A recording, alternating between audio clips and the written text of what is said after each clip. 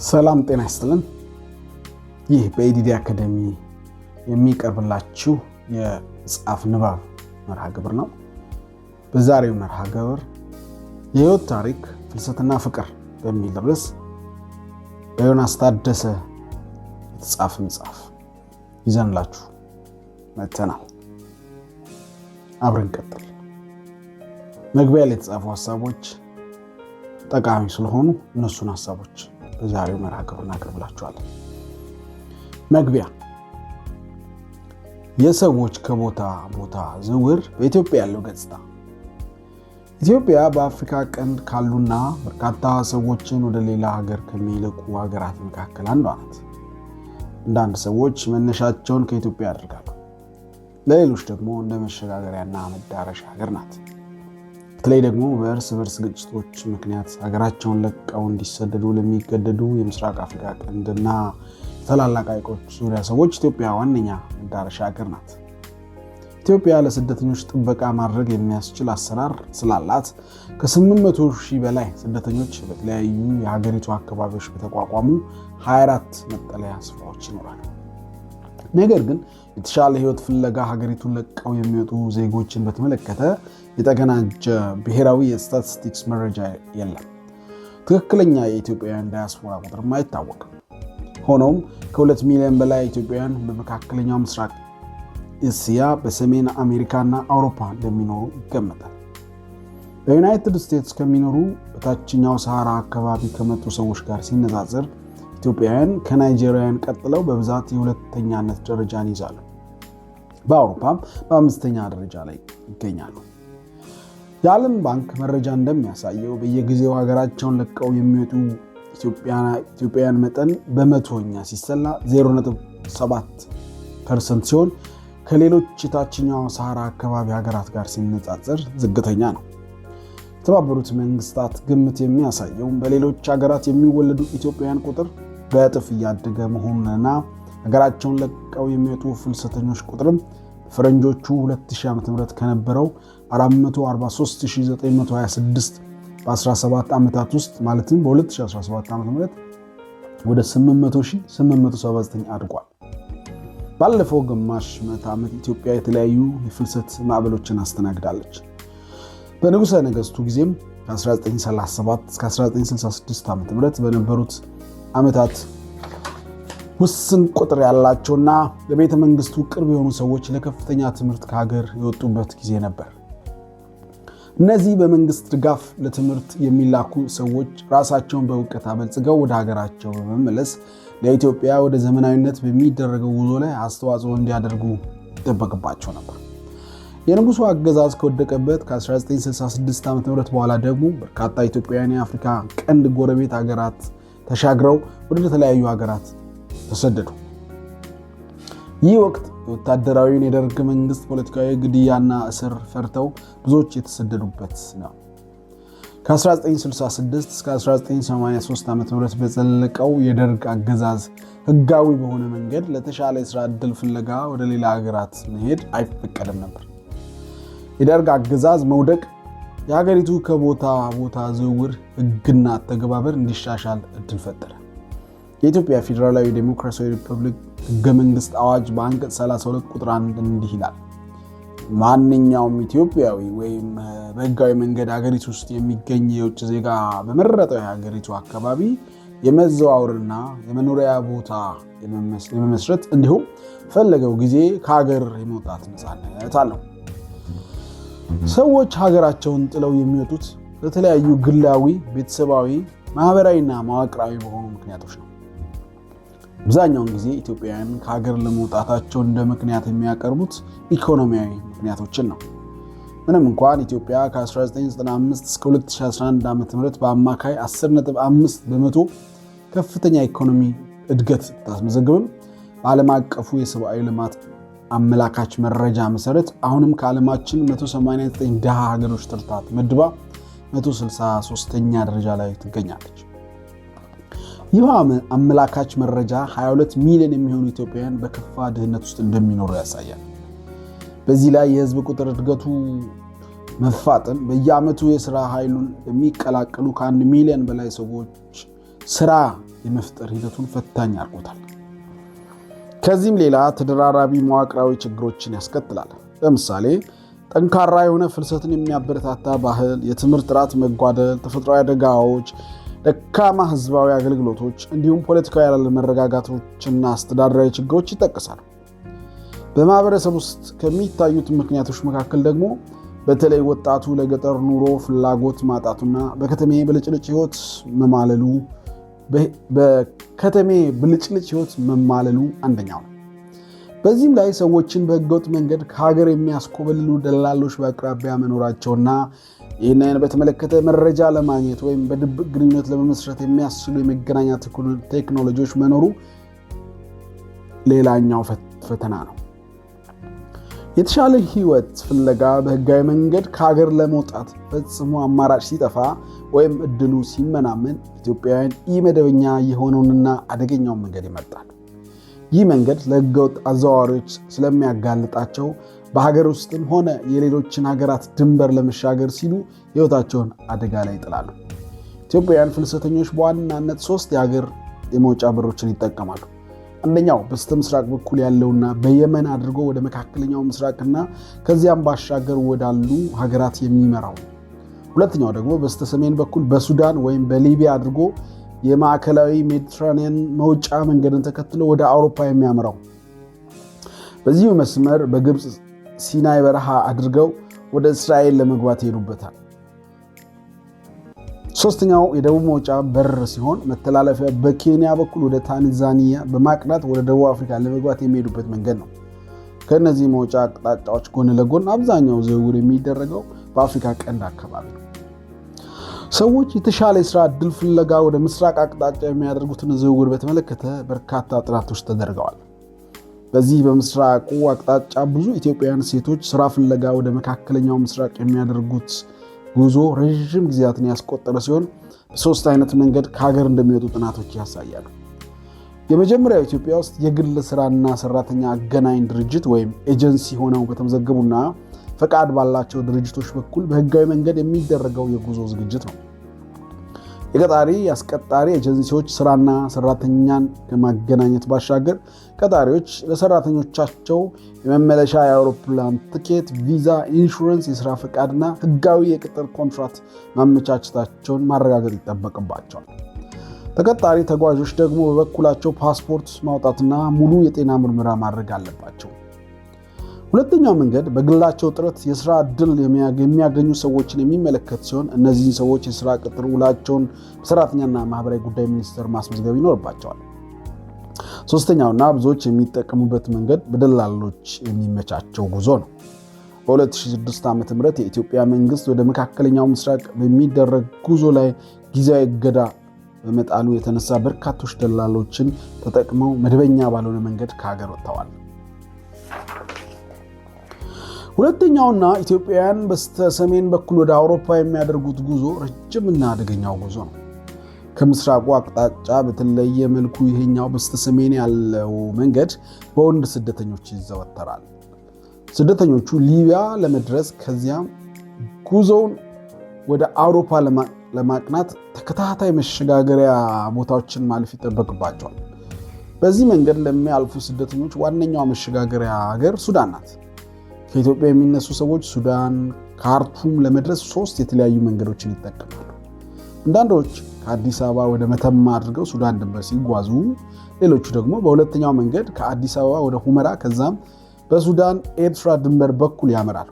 ወይም ደግሞ በቀጥታ ከአዲስ አበባ ወደ ካርቱም በአውሮፕላን ይበራሉ። ሱዳን ከደረሱ በኋላ ወደ ሊቢያ ለማቋረጥ በዳርፉር በኩል ወይም በሰሜን ሱዳን ዶንጎላ በኩል አለዚያም ወደ ቻድ በሚያመራው መውጫ ጉዟቸውን ይቀጥላሉ። ካርቱም በሱዳን ዋነኛዋ የስደተኞች መተላለፊያ ቦታ ናት። አብዛኛውን ጊዜ ከጎረቤት ሀገር የሚመጡ ተጓዦች በከተማዋ ቆይተው አነስተኛ ስራዎችን በመስራት ገንዘብ ለመቆጠብና ቀጣዩን የጉዟቸውን ወጪ ለመክፈል ይዘጋጁባታል። ቀጣዩን ወደ ሊቢያ የሚደረገውን ጉዞ የሚያመቻቹላቸው ደላሎችን የሚያገኙትም እዚሁ ካርቱም ውስጥ ነው። ሊቢያ ከደረሱ በኋላ ደግሞ ማልታ ወይም ወደ ላምፔዱሳ ጣሊያን ለመድረስ ለጀልባ ጉዞ ይከፍላሉ። ስደተኞቹ ጣሊያን መዳረሻ ማድረግ ይመርጣሉ። ምክንያቱም ጣሊያን በውል የተቀናጀ ህገወጥ ስደተኞችን በእስር የምታቆይበት ፖሊሲ ስለሌላትና ጣሊያን ምድር ላይ ካረፉ ወደ ሌሎች የአውሮፓ ሀገራት መጓዝ ቀላል ስለሚሆንላቸው። ወደ ደቡብ የሚደረገው ጉዞ ገና ከሀገር ሳይወጡ ጀምሮ የተለያዩ መሸጋገሪያ ቦታዎች አሉት። ተጓዦች የኬንያን ድንበር ከማቋረጣቸው በፊት በዲላና ሞያሌ ከተሞች ያርፋሉ። ከዚያም የኬንያን ድንበር አቋርጠው ወደ ታንዛኒያና ማላዊ ያቀናሉ። እንደየሁኔታውና የአሸጋጋሪ ደላሎች ምርጫ በሞዛምቢክ አለዚያም በዚምባብዌ አድርገው ወደ ደቡብ አፍሪካ ይገሰግሳሉ። ይህ መጽሐፍ ይህንን ወደ ደቡብ አፍሪካ የሚወስደው መንገድ ተከትሎ የተሻለ ህይወት ፍለጋ ከቤቱ የወጣ ወጣት የሚያደርገውን ፈታኝ ጉዞ ፍንትው አድርጎ ያሳያል። በማደግ ላይ ባሉ ሀገራት መካከል የሚደረግ ፍልሰት የህዝብ እንቅስቃሴ በሰው ልጆች ታሪክ ውስጥ የነበረና ወደፊትም የሚኖር። የ2019 የተባበሩት መንግስታት ጥናት እንደሚያሳየው የፍልሰተኞች ቁጥር 272 ሚሊዮን ደርሷል። ይህ ደግሞ ከ2010 ዓ.ም ጋር በንጽጽር ሲታይ 51 ሚሊዮን ብልጫ አሳይቷል። በአሁኑ ወቅት የፍልሰተኞች ቁጥር በመቶኛ ሲሰላ ከአጠቃላይ የዓለም ህዝብ ቁጥር 3.5 በመቶ ይደርሳል። በሰው ልጅ ታሪክ ፍልሰት ወደ ተለያዩ አቅጣጫዎች ሲካሄድ ኖሯል። የፍልሰት ቀጠና አከፋፈሉ ውስብስብነት እንደተጠበቀ ሆኖ 4 አይነት የፍልሰት ቀጠናዎች አሉ። አንደኛው ካደጉት ሀገራት በማደግ ላይ ወዳሉት ሀገራት የሚደረግ ፍልሰት በእንግሊዝኛው ኖርዝ ሳውዝ ማይግሬሽን። ሁለተኛ በማደግ ላይ ካሉት ሀገራት ወዳደጉት ሀገራት የሚደረግ ፍልሰት በእንግሊዝኛው ሳውዝ ኖርዝ ማይግሬሽን። ሶስተኛ በአንጻራዊ ልዩነት ባላቸው በማደግ ላይ ባሉ ሀገራት መካከል የሚደረግ ፍልሰት በእንግሊዝኛው ሳውዝ ሳውዝ ማይግሬሽን እና አራተኛ ባደጉ ሀገራት መካከል የሚደረገው በእንግሊዝኛው ኖርዝ ኖርዝ ማይግሬሽን ናቸው።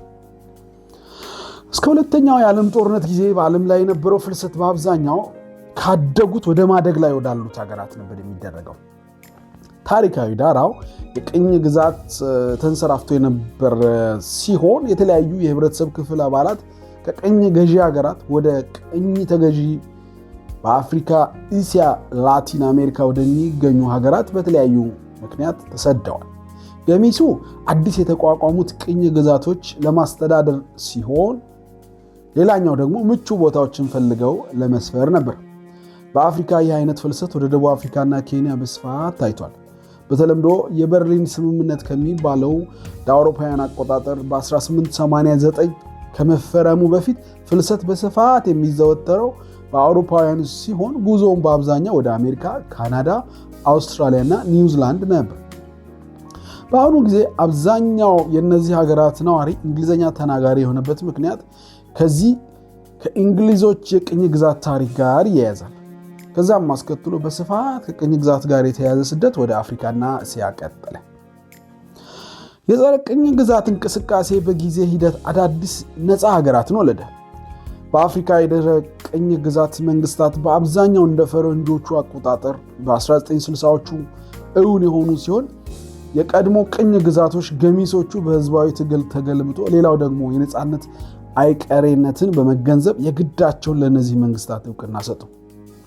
ብዙም ሳይቆዩ አዲስ የቅኝ ግዛት የግንኙነት መስክ ተዘርግቶ ኒዮኮሎኒያሊዝም የቀድሞ ቅኝ ግዛቶቻቸውን በተጽዕኖ ስር አስገቧቸው። ይህንም ተከትሎ አዲስ የፍልሰት እንቅስቃሴ በማደግ ላይ ካሉት ወዳደጉት ሀገራት በስፋት ተሰራጨ። ነፃነትን ተከትሎ የተከሰተው ፖለቲካዊ አለመረጋጋትና ግጭት ተጨማሪ ገፊ ምክንያት ሆኖ ፍልሰቱን አስፋፋው። በአደጉና በማደግ ላይ ባሉ ሀገራት መካከል ያለው ስር የሰደደ መበላለጥና ይህን ተከትሎ ህይወትን ለመቀየር ሰዎች በተለይ ወጣቶች በስፋት ወዳደጉ ሀገራት ለመፍለስ ምክንያት ሆኗል። ይህ የፍልሰት አይነት ከደቡብ ወደ ሰሜን የሚደረግ ፍልሰት በመባል የሚታወቅ ሲሆን በብዛት ዓለም አቀፋዊ የጥናት የሚዲያና የፖሊሲ ሽፋን ያገኘው ነው። ሳውዝ ኖርዝ ማይግሬሽን ኦር ኤስኤንኤም ተብሎ የሚጠራው የፍልሰት አይነት ነው። መጠኑ ያነሰ ይሁን እንጂ ባደጉት ሀገራት መካከል የሚደረግ ፍልሰት አለ። ይህ በአብዛኛው ባለሙያተኞችን ስኪል ሌበር ማይግሬሽን ያካተተ ሲሆን የካፒታሊዝምን እድገትና ግሎባላይዜሽንን ተከትሎ የተከሰተ የፍልሰት አይነት ነው። በተወሰነ ደረጃ በተመሳሳይ ሁኔታ ብዙ ሙያተኞች ካደጉት ሀገራት ወደ ማደግ ላይ ወዳሉት ፈልሰው ይሰራሉ። ከቅርብ ጊዜያት ወዲህ ትኩረት ያገኘው የፍልሰት አይነት በማደግ ላይ ባሉት ሀገራት መካከል የሚደረግ ነው። ይህ የፍልሰት አይነት በእንግሊዝኛው ምህጻረ ቃል SSM ወይም ሳውዝ ማይግሬሽን ተብሎ ይጠራል። ደቡብ የሚለው ቃል በማደግ ላይ ያሉ ሀገራትን ያመለክታል። የሰሜን ሀገራት ወይም ያደጉ ሀገራት የሚለው ቃል ተቃራኒ ቃል ነው። በዚህም ምክንያት የፍልሰት ሂደቱ ከደቡብ ወደ ደቡብ የሚደረግ ፍልሰት ይባላል። ከደቡብ ወደ ደቡብ የሚደረግ ፍልሰት SSM እስከ 82 ሚሊዮን ያህል ሰው የሚሳተፍበት ሲሆን ይህም ከአጠቃላይ የፍልሰት መጠኑ 36 በመቶውን ይዛል። የመጠኑ መብዛት ብቻ ሳይሆን የደቡብ ፍልሰተኞች የመጡበትንም ሆነ የሚሄዱበትን ሀገራት ኢኮኖሚያዊ፣ ማህበራዊና ፖለቲካዊ ሁኔታዎች በእጅጉ የማሻሻል ኃይል አላቸው። ይሁን እንጂ እንደ መጠኑ መብዛትና እንደ ፈርጅ ብዙ ተጽዕኖ ፈጣሪነቱ የደቡብ ፍልሰት ተገቢውን ትኩረት ነፍጎ ቆይቷል። ዓለም አቀፍ የመገናኛ ብዙሃንና የልማት ድርጅቶች በስፋትና በጥልቀት የሚከታተሉት ከደቡብ ወደ ሰሜን የሚደረገውን የፍልሰት አይነት ነው። ዘወትር በቴሌቪዥን መስኮቶቻችን ምን ያህል ፍልሰተኞች አውሮፓና አሜሪካን እንዳጥለቀለቁ ይነገረናል። በተለይ ከ2015 ጀምሮ በፍልሰት ቀውስ ማይግሬሽን ክራይሲስ በአውሮፓ የሚል ትርክት በስፋት ይነገራል። ይህ ግን ከእውነታው በእጅጉ የራቀ ነው። ከላይ እንደተጠቀሰው የአንድ ሶስተኛውን ድርሻ የሚይዘው የፍልሰት አይነት ደቡብ SSM ነው። ይህ ማለት አብዛኛው የህዝብ እንቅስቃሴ የሚደረገው በማደግ ላይ ባሉ ሀገራት መካከል ነው። በአንዳንድ አካባቢዎች ቁጥሩ በእጅጉ ይጨምራል። አፍሪካን እንደ አብነት ብንወስድ ከአህጉሩ የሚነሱ 50 በመቶ ፍልሰተኞች በአፍሪካ ውስጥ ይዘዋወራሉ። በአንዳንድ ንዑስ አካባቢዎች ለምሳሌ በምዕራብ አፍሪካ 64 በመቶ ፍልሰተኞች በዛው ምዕራብ አፍሪካ ውስጥ ይንቀሳቀሳሉ። ይህ ቁጥር በ1990ዎቹ ወደ 80 በመቶ ደርሶ ነበር። ቁጥሩ የቀነሰው ወደ አደጉ ሀገራት የሚደረግ ፍልሰት ጨምሮ ሳይሆን በአፍሪካ ውስጥ አዳዲስ መዳረሻዎች እንደ ጋቦንና ኢኳቶሪያል ጊኒ አይነት መከፈታቸው ነው። ምናልባትም ብቸኛው የአፍሪካ አካባቢ በስፋት ከአፍሪካ ውጭ ፍልሰት የሚደረግበት ሰሜን አፍሪካ ሲሆን ይህም ቢሆን ወደ አውሮፓ ወይም ወደ አሜሪካ ሳይሆን ወደ መካከለኛው ምስራቅ የሚደረግ ፍልሰት ነው። ይህ ደግሞ በSSM ውስጥ ይካተታል። የፍልሰት ጥናት ወይም ታሪክ በአብዛኛው የሚያጠነጥነው በአንድ አይነት ማለትም ከደቡብ ወደ ሰሜን በሚደረገው ፍልሰት ላይ በመሆኑ የደቡብ ፍልሰት ትኩረት እንዳያገኝ አድርጎታል። አብዛኛው በፍልሰት ላይ የሚደረጉ ጥናቶች ከሰሜን ሀገራት እና በሰሜን ምሁራን መሆኑ በፍልሰት ሂደት ላይ የተዛባ መረጃና መረዳትን እንዲኖረን አድርጓል። ይህ ደግሞ የፖሊሲ እንድምታ አለው። አንደኛው ከአፍሪካ ውጭ የሚደረጉት ፍልሰቶች ህገወጥና ኢመደበኛ የሚል ስያሜ እንዲያገኙ አድርጓቸዋል። የሰሜን ሀገራት የፖሊሲ ማጠንጠኛው በዚሁ ብየና ዙሪያ ነው። ይህ አካሄድ በተለይ በአውሮፓ ህብረት ዘንድ ጎልቶ የሚታይ ሲሆን የልማት አጋርነታቸው ስደተኞች በብዛት የሚመጡባቸውን ሀገራት በመደገፍ ፍልሰትን ማስቀረት ይቻላል የሚለው መሰረታዊ እሳቤ ላይ የተመሰረተ ነው። እንደ ፖሊሲና የራስን ብሔራዊ ጥቅም ከማስፈጸም ወይም ከማስጠበቅ አኳያ እንዲህ ያለው እሳቤና አካሄድ በራሱ ችግር የለው። ችግር የሚሆነው ከዚህ ባለፈ መልኩ መተላለፊያ ናቸው በሚባሉት የአፍሪካ ሀገራት ላይ ተጽዕኖ በማድረግ አጠቃላዩን በአፍሪካ ውስጥ የሚደረገውን የአፍሪካ ህብረትና የአካባቢ ስብሰባዎች የሚደግፉትን የህዝብ እንቅስቃሴ ያውካል። ለዚህም ዓላማ ማስፈጸሚያ ለምሳሌ አውሮፓ ህብረት ኒጀርን ከምዕራብ አፍሪካና ሱዳንን ከምስራቅ አፍሪካ መርጠው ስደት ከነዚህ ሀገራት አልፎ እንዳይሄድ የተለያዩ ዳርጎቶችን በመጠቀም በሀገሪቱ መንግስታት ላይ ተጽዕኖ ያሳርፋሉ። ዳርጎቶች እርዳታዎችን ማለት ነው። ሌላው በደቡብ ሰሜን ላይ የሚደረገው ትኩረት በዚሁ የፍልሰት አይነት ላይ ብቻ ተገድቦ እንዲቀር አድርጎታል። ፍልሰተኞች ሰርተው ወደ መጡበት ሀገራት የሚልኩትን ገንዘብ በተመለከተ ለምሳሌ ከልማት ጋር ያለው ትስስር ትኩረት ያገኘው በሰሜን አፍሪካ ሀገራት ባሉ ፍልሰተኞች ነው። ከልማት ጋር ያለው ትስስር ትኩረት ያገኘው በሰሜን ሀገራት ይህም ባደጉት ሀገራት መካከል ባሉ ፍልሰተኞች ነው። የደቡብ ፍልሰት ያለው የልማት አቅምና የተባበሩት መንግስታት ቀጣይ የልማት ግቦች Sustainable Development Goals ወይም SDGs ያለው ፋይዳ እውቅና የተሰጠው ቢሆንም ግን ሙሉ አቅሙን እስካሁን መጠቀም አልተቻለም። የሚሆንበት ምክንያት ይህ የፍልሰት ቀጠና ተገቢውን ትኩረት አለማግኘቱ ነው። ይህንን ክፍተት ለመሙላት የደቡብ ስደት ወይም SSM ላይ ትኩረት ያደረጉ አዳዲስ ጥናቶች እየተደረጉ ሲሆን ከነዚህም ውስጥ ፍልሰት ለልማትና ለእኩልነት ማይግሬሽን ፎር ዴቨሎፕመንት ኤንድ ኢኳሊቲ ኦር ሚዴቅ የተሰኘው ዓለም አቀፋዊ ጥናት SSM ላይ ትኩረት በማድረግ ትልቁ የጥናት ፕሮጀክት ነው። በ12 ሀገራትና በ6 የፍልሰት ኮሪደሮች ሲሆን እነዚህም ከኢትዮጵያ ወደ ደቡብ አፍሪካ፣ ከቡርኪና ፋሶ ወደ ኮት ዲቯር፣ ከቻይና ወደ ጋና፣ ከግብፅ ወደ ጆርዳን፣ ከኔፓል ወደ ማሌዥያ እና ከሄይቲ ወደ ብራዚል የሚደረጉ የፍልሰት እንቅስቃሴዎች ናቸው። ሚዴቅን የተለየ የSSM ጥናት